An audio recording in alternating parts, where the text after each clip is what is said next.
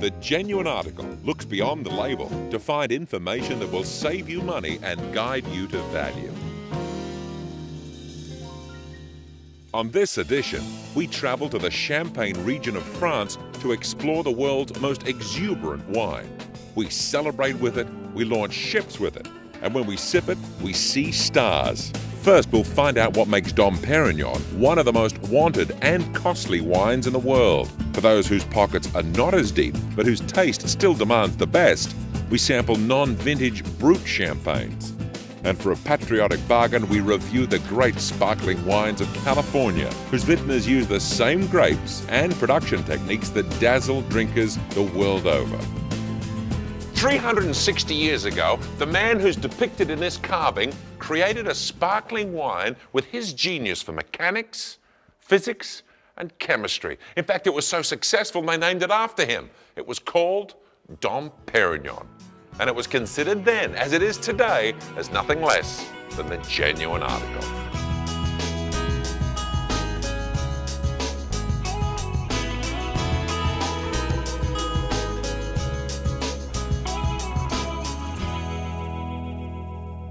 Dom Perignon was, by legend at least, a blind monk who was the cellar master at the Abbey of Haut-Villers. The idea was that he discovered that some of his wines were re-fermenting in the bottle, and he captured the effervescence that caused that second fermentation by having a closure similar to a cork that actually kept the carbonation inside the bottle. So the legend has it that the Dom opened up this bottle and he tasted it and supposedly said, "I'm drinking stars." So how did Dom Perignon put the bubbles into the bottle? Well, the first gift he got was from the man he works for, God, because he helped him grow grapes in a region of the world that should never really have been able to do it. The only disadvantage of it was that the yeast that sat on the grape skins was not matured by the time the grape juice was put in the bottle. Later in the year, when the weather warmed up, that yeast would get active and it would blow up the barrels. If you could contain that gas, you could make champagne. And that's what the Dom figured out.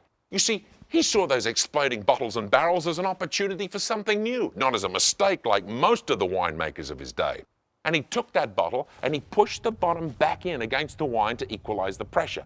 Then he sealed it with a tight cork. Finally, you could keep this wine without it exploding and let it mature. The result was a magnificent, consistent, unprecedented bubbly drink that they called champagne.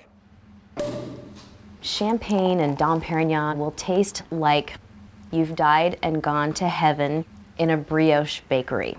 But more than that, champagne as a category is the most accessible world-class wine because it doesn't cost the amount of a car the way some single bottles can.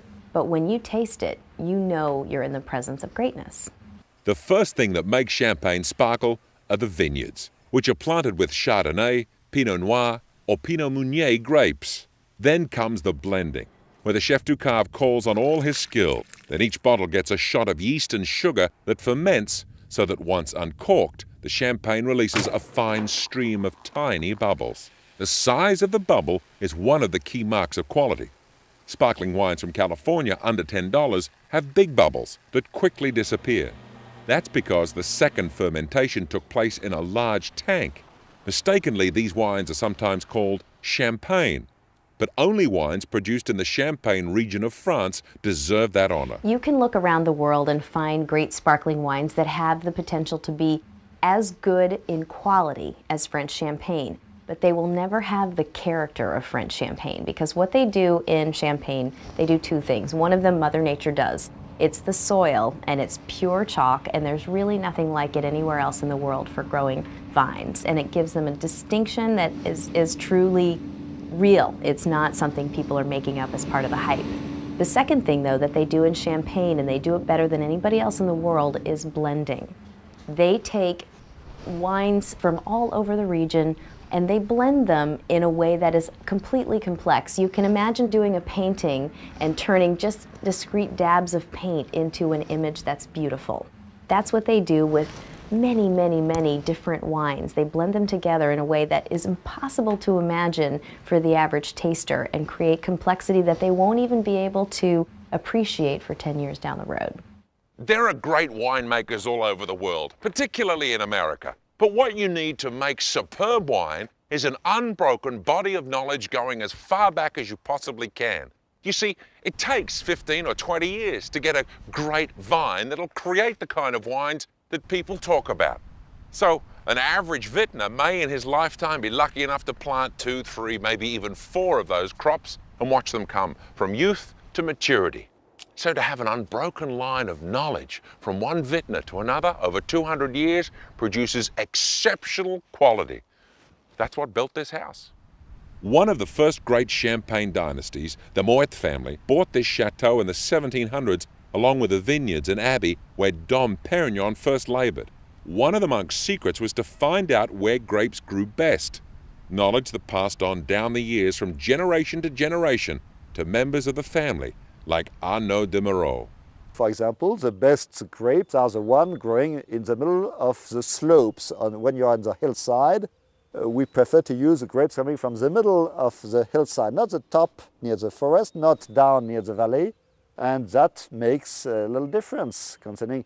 And second, because exposure to the sun, are you completely south or southeast, southwest, and so little differences make things different. Champagne is a difficult place to grow vines. It's a difficult place to grow grapes. So Champagne is always fighting hard to produce good wines. But I think that's the secret of Champagne. Because it's becoming so much harder to produce good wine, they work very much harder at it.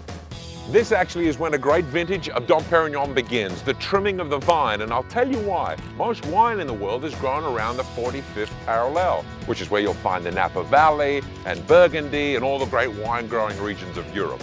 Where we are in the Champagne Valley is too north to grow wine in most countries. But this unique microclimate is a gift from God.